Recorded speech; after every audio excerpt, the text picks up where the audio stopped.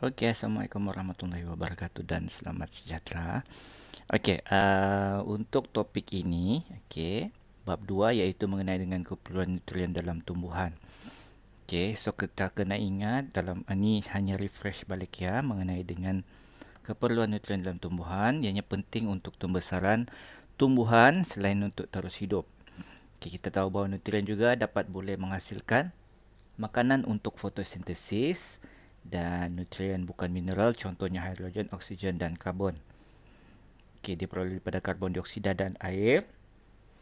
Okey, jadi nutrien ataupun mineral ini kebanyakannya ialah nutrien yang larut dalam air dan boleh menyerap air daripada tanah dan akar. Okey, salah sana ya. Okey, ingat dalam keperluan nutrien ini dia ada terbahagi kepada dua iaitu nutrien makronutrien. Okey, nama pun sudah kamu tahu bahawa makro. Makro means yang diperlukan dalam kuantiti yang banyak. So, itu makro. Seterusnya ialah mikronutrien. Okey, so ingat ada dua, makro dan mikronutrien. Okey, apa itu makronutrien? Okey, nutrien yang diperlukan oleh tumbuhan dalam kuantiti yang banyak. So, highlightkan di sana kuantiti yang banyak. Okey. Contoh, hidrogen, oksigen, karbon, nitrogen dan fosforus. Okey, itu makronutrien. So, sekarang apa itu mikro? Mikro pula ialah nutrien yang diperlukan oleh tumbuhan dalam kuantiti yang sangat sedikit. Okey? Sangat sedikit. Contohnya boron, molybdenum, zinc, mangan, kuprum dan ferrum. Okey, nampak di sini ya. Ini jelas menunjukkan bahawa beberapa jenis nutrien. So, yang ini kalau kita tengok cuba tunjukkan di sini ialah nitrogen, fosforus dan kalium. So, ini adalah makronutrien. Betul kan tadi? Kita tengok tadi iaitu makronutrien. Maksudnya nutrien yang perlu dalam kuantiti yang banyak. So, contohnya nitrogen, fosforus dan kalium. Okey. So, ingat kalau benda ini kurang ataupun tidak ada dalam nutrien dalam tumbuhan, so fungsi-fungsi ini semua akan terganggu. Okey, pertama contoh kalau nitrogen dia menyebabkan daun menjadi kuning, okey. Daun tua menjadi kuning dan ikuti daun muda. Okey, fosforus kita tengok menggalakkan proses fotosintesis dan meresap mensintesis protein untuk pertumbuhan. Okey, banyak kamu boleh baca di sini. Okey, kalium. Okey, masalahnya kalau kekurangan dia tumpuk-tumpuk kuning terbentuk. So, ini adalah beberapa jenis makronutrien. Okey. So, kita tengok di sini, kita jelaskan iaitu tujuan kita ialah eksperimen ini biasa ditanya dalam SPM iaitu bagaimana menganalisis keperluannya. Okey, apa akan jadi kalau kekurangan nutrien. Okey, kalau kita tengok di sini kesan kekurangan makronutrien pada tumbuhan. Okey, kalau kita tengok di sini kita yang ini cikgu sudah jelaskan sebenarnya dalam kelas kan, ingat tidak? Okey. Dia ada 3 jenis tabung uji. So, tabung uji ini kita isi dengan berlainan bahan. Okey, kalau kita tengok di sana dia kata pemerhatian, kita ada A, B, C, D. So, A tiada kurang, semua nutrien ada, iaitu kita panggil sebagai larutan NOP. Ingat tidak larutan NOP? Larutan NOP bermaksud ialah larutan yang mempunyai kesemua makro dan mikronutrien. Okey, ingat itu adalah larutan NOP. Okey, yang tabung uji B kita letakkan dengan tiada semua kita bagi kecuali nitrogen. Okey, seterusnya untuk tabung uji C, kita semua kita bagi kecuali fosforus. Itu maksudnya. So, faham kan maksud cikgu? Dia ada 4 tabung uji. Tabung uji A, tabung uji B, tabung uji C dan tabung uji D. So, kita letakkan semua ini sama rata tempatnya. Semua ada cahaya, ada ini semua, apa semua kan? Okey, kita tengok. Kita dapati kesimpulannya pemerhatiannya di sini. A, dia tumbuh dengan baik. B, daun dia menjadi kuning. Kalau C, pinggir dia coklat. Dan kalau di, lagilah tiada. Okey, terbantut. Okey, contoh lagi cuba bagi sini. Contoh yang ini, gambar aja lebih jelas. Okey, ini adalah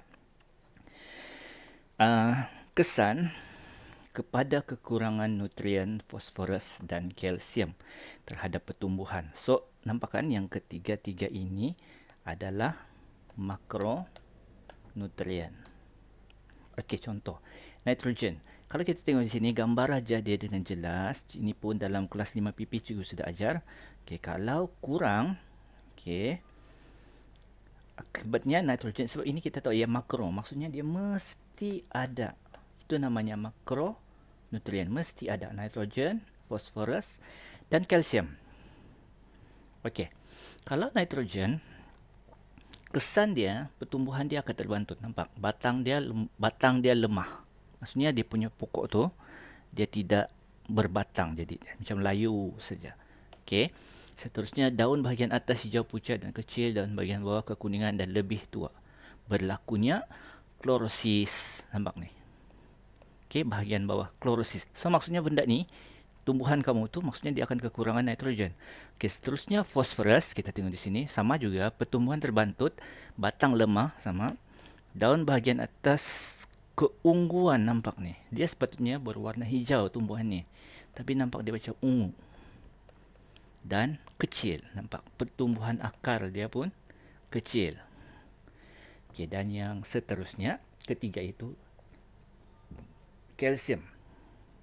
Okey, kalau kalsium menyebabkan pertumbuhan terbantut, batang lemah, daun kuning dengan bintik-bintik coklat bahagian bawah dia, so dia ada bintik-bintik, dan akhirnya mati. So, itu kesan daripada kekurangan makronutrien. Okey, next. Okey, ini dia eksperimen tadi, keputusan yang dia lebih kurang sama juga macam macam eksperimen tadi. So, tapi kita gunakan bahan yang berlainan.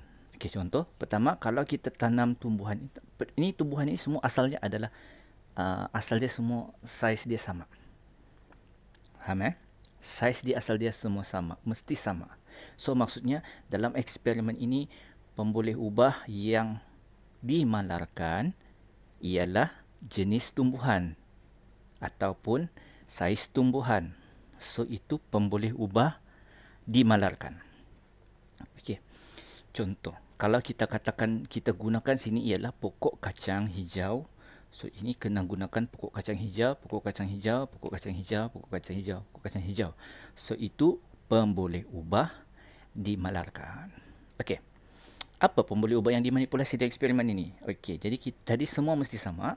So, itu yang dimalarkan. Kemudian, apa yang berubah setiap satu ini ialah dia punya kandungan. Okey, ini air kandungan larutan. Air yang ini kita hanya gunakan air suling saja.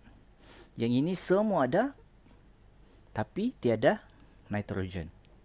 Ini pun sama, semua ada kecuali ferrum. Semua ada kecuali magnesium. Semua ada kecuali fosforus. Yang ini nampak nutrien lengkap. So, kita boleh nampak perbezaan kelima-lima ini.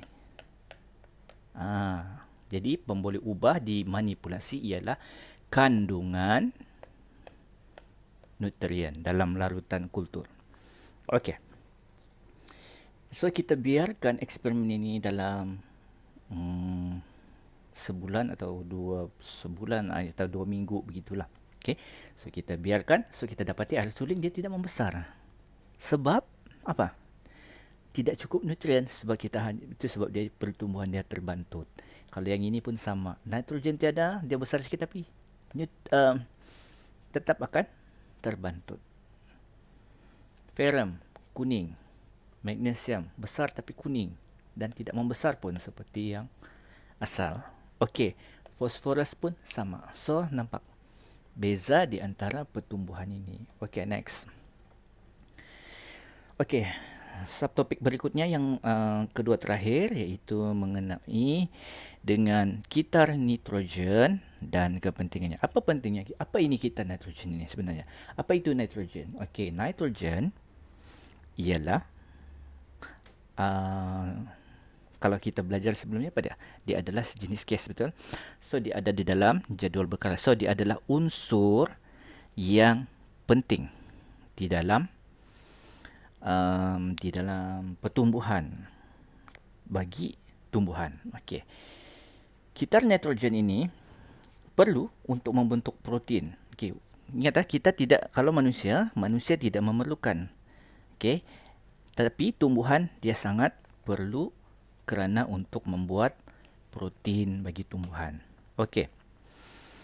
Dan biasanya kita dalam bentuk ion tumbuhan, diorang akan dapat diserap melalui ion nitrat.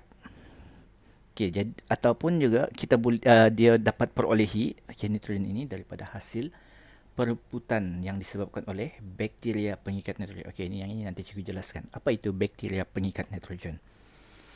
Okey, kita semula jadi menukarkan nitrogen di udara kepada sebatian nitrat tumbuhan haiwan. Okey. Ini dia kitar nitrogen. Okey. Tengok betul-betul kitar nitrogen. Okey.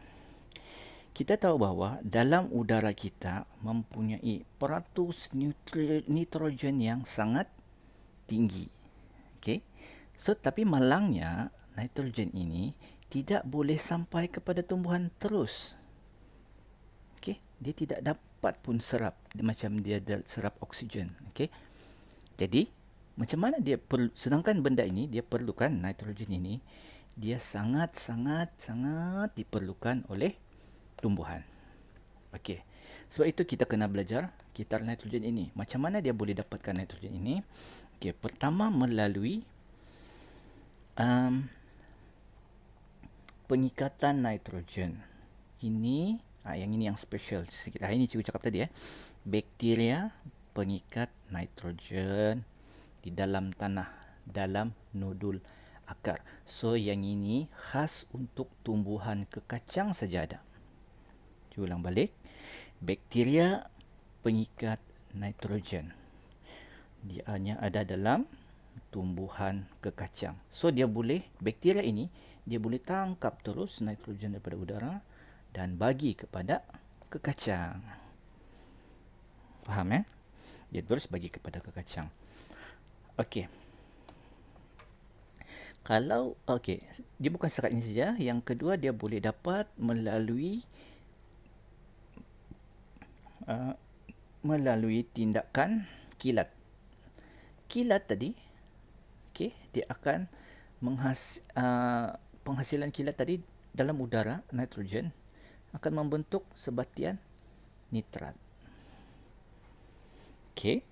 Nitrat ini, first yang kedua, yang ini saya ulang balik. Ini yang pertama. Yang kedua, nitrat. So dalam sebatian nitrat, bila dia dalam bentuk nitrat, baru dia boleh masuk kepada tumbuhan. Okey, faham? Okey, kalau nitrogen tadi yang boleh terus diambil oleh bakteria pengikat nitrogen. Okey, masuk kepada tumbuhan melalui nitrat juga. Okey, tapi terus daripada bakteria. Yang kedua melalui tindakan kilat. Kilat itu menyebabkan pembentukan nitrat masuk ke dalam tanah dan diserap oleh tumbuhan. Faham? Okey. Dan yang ketiga melalui proses perebutan. Okey, faham berapa proses tadi? Pertama bakteria, kedua kilat, yang ketiga perebutan. Boleh. Okey, jadi perebutan, contoh kalau kambing ini mati, so dia ada badan dia ini mengandungi gas-gas nitrogen, semua amonia, betul, protein. So dia protein. Tumbuhan pun sama, tumbuhan yang mati, so dia merebut dan menghasilkan sebatian amonium. Sebatian amonium. Ingat ni nama-nama ni penting. Pertama tadi cikgu ulang balik nitrogen itu sendiri pengikat nitrogen, bakteria pengikat nitrogen. Yang kedua nitrogen kilat pada nitrat. Cikgu ulang balik So nitrat, bakteria masuk pergi nitrat baru serap tumbuhan, bakteria kekacang. Yang kedua, nitrat kilat nitrat tumbuhan. Yang ketiga, daripada nitrogen atmosfera perebutan haiwan masuk menjadi sebatu amonium, kemudian proses bertukar menjadi nitrit melalui proses penitritan amonium kepada nitrit dulu. Faham ke ni? Okey. Sebatian amonium daripada haiwan yang mati, tumbuhan yang mati, dia ada amonium. Okey. Untuk digunakan kepada tumbuhan yang hidup, dia mesti diubah kepada nitrit. Faham? Amonium nitrit kepada proses penitritan. Faham? Penitritan. Okey. Lepas daripada nitrit, masih lagi belum dipakai. Nitrit pula akan ditukarkan kepada nitrat. Proses penitritan lagi. Dua kali nitrit, amonium, penitritan, kita nitrit. Penitritan sekali lagi, baru dia jadi nitrat. Faham ya? Okey. Jadi ingat, sebatian amonium, nitrit, nitrat. Penitritan. Proses ini ialah penitritan. Faham ya? Okey, tapi kita katakan tadi dia adalah proses kitaran. So, nampak kan kitaran bermaksud kitar, cycle. Okay. So, daripada nitrat tadi, okay, dan daripada nitrat tadi, dia boleh pergi semula kepada atmosfera balik. Okay. Melalui proses pendenitritan. Denitritan. Beza dengan ini. Ini penitritan. Nitritan maksudnya kita tambah, okay, menjadi nitrat. Penitritan. Yang nitrat kepada nitrogen balik, dia pergi di sini supaya menjadi nitrogen balik. So nitrat ini ada satu proses, dia boleh berubah menjadi nitrogen di atmosfera melalui proses pendenitritan. Faham ya? Faham ke tidak ni? Okey.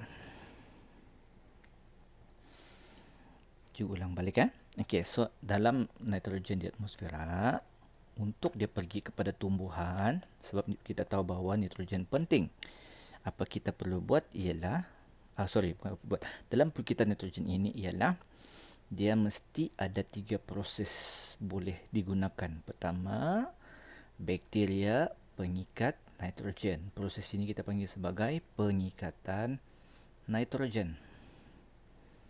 Okey. Yang kedua, proses kilat. Daripada nitrogen, kilat dia jadi nitrat. Okey. Yang ketiga, perebutan organisma hidup, dia rebut jadi amonium. Amonium pada nitrit dan nitrat. Jadi proses ini kita panggil sebagai penitritan.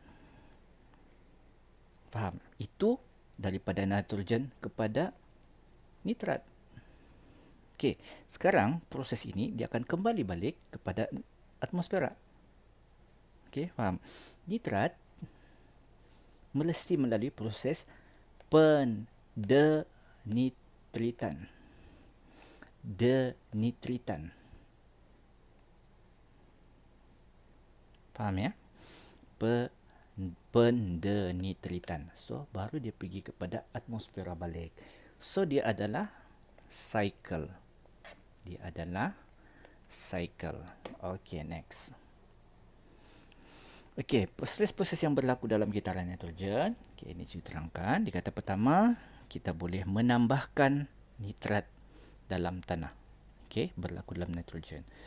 Okay, ini menambahkan, nampak? Cikgu ulang balik tadi. Daripada sekitar tadi, ini penjelasan dia. Menambahkan nitrat ke dalam tanah melalui proses pengikatan nitrogen. Ini daripada mana ni? Daripada bakteria. Yang kedua, penguraian dan penitritan. Okey, yang kedua, mengeluarkan nitrat daripada pendenitritan. Penitritan, pendenitritan. Boleh beza kan? Okay, next. Okay, pengikatan nitrogen. Okay, proses pertukaran nitrogen dari udara kepada ion nitrat. Okay, itu ialah pengikatan nitrogen. Daripada asal dia nitrogen, gas nitrogen daripada udara, macam mana dia ikat? Melalui dua ini. Okay, tindakan kilat dan juga bakteria pengikat nitrogen. Pengikatan nitrogen. Okay, cakap tadi ada 3 kan? Satu lagi apa dia? Pereputan. Okey. Tapi ingat pereputan dia mesti jadi amonium. Okey, sebatian amonium. Okey, cuba ulang balik yang ini. Nampak ni. Dia mesti ada amonium dahulu. Berbeza dengan yang ini. Ini terus pengikatan nitrogen 1, pengikatan nitrogen 2. Boleh? Okey. Yang kedua, bakteria pengikat nitrogen. Okey. Okey, ini tindakan kilat. Okay, dia kata semasa dia berpetir, kilat menghasilkan jumlah tenaga yang sangat tinggi menyebabkan nitrogen dan oksigen dalam atmosfera bergabung. Nampak? Bergabung membentuk nitrogen oksida. Jadi bila dia jadi nitrogen oksida, okey, dia dalam bentuk gas ni. Okey. So, bila hujan, so dia akan masuk ke dalam air hujan. Jadi asid nitrik. Faham kan ni? Okey, yang ketiga asid nitrik kemudiannya akan meresap ke dalam tanah, bertindak balas dengan mineral, membentuk sebatian nitrat. Ini persamaan dia lebih jelas. Nitrogen campur oksigen, nitrogen dioksida. So ini masih lagi dalam bentuk gas. Okey, jadi nitrogen dioksida ini campur dengan air, dia jadi asid. Okey, asid, tapi janganlah salah faham ya. Asid bermaksud di sini, asid ini dia tidak kuat. So dia tidak boleh merosakkan tanah. Okey, asid nitrik ini okey, campur dengan mineral tanah baru dibentuk sebatian nitrat. Okey, itu kalau tindakan kilat. Okey. Kalau bakteria pengikat nitrogen, okey, bakteria pengikat nitrogen dia boleh mengikat nitrogen dalam atmosfera menjadi sebatian nitrat. Dia terus ikat. Faham So maksudnya dia boleh serap daripada udara. Dia serap masuk terus ke dalam tanah. Itu fungsi bakteria pengikat nitrogen. Dan nampak ini saya cakap tadi, bakteria ini hidup bebas di dalam tanah, hidup dalam nodul tumbuhan kekacang. Faham? Dalam kandul-kandul ini, nampak ni. So ini kacang, kan? So dalam dia ada nodul-nodul semua ada dalam banyak ini adalah bakteria. Nodul kekacang. Okey, ini contohnya bakteria pengikat nitrogen. So bakteria menyuburkan tanah. Ini adalah contoh-contoh dia. Kita boleh lihat. Okey. Kemudian satu lagi tambahan, kita letusan gunung berapi juga. Itu pentingnya juga letusan gunung berapi. Nampak macam kita nampak tadi kan, kilat pun sebenarnya ada Tuhan ciptakan, ada kelebihan dia. Ni pun sama, nampak. Letupan gunung berapi itu, okey, dia akan menyebabkan gas nitrogen yang meletus tadi daripada gunung berapi kepada nitrat. Jadi nitrat boleh gunakan sebagai nutrien dalam tumbuhan. Okey, seterusnya penggunaan baja. Okey. Ini biasalah penggunaan baja. Okey, next. Okey, penguraian. Ini juga cakap tadi. Yang ketiga. So ingat tadi yang pertama ialah pengikat nitrogen. Kedua, kilat. Kilat sama juga dengan letusan gunung berapi. Okey. Proses dia. Sebab itu juga tidak uraikan di sini. Okey. Jadi yang ketiga ialah proses penguraian. So apabila haiwan mati, so dia diurai oleh bakteria. Okey, jadi protein dalam bangkai diurai menjadi sebatian amonia oleh pengurai. Okey. Ini dia proses penitritan. Apabila penitritan. Okey, kalau tadi penitritan berlaku okey dalam proses yang dua tadi tu, tidak masalah. Boleh terus jadi nitrit. Okey. Bukan nitrit, nitrat. Okey. So kalau penitritan dia adalah daripada amonium, sebatian amonium. So ialah proses pengoksidaan amonia. Okey.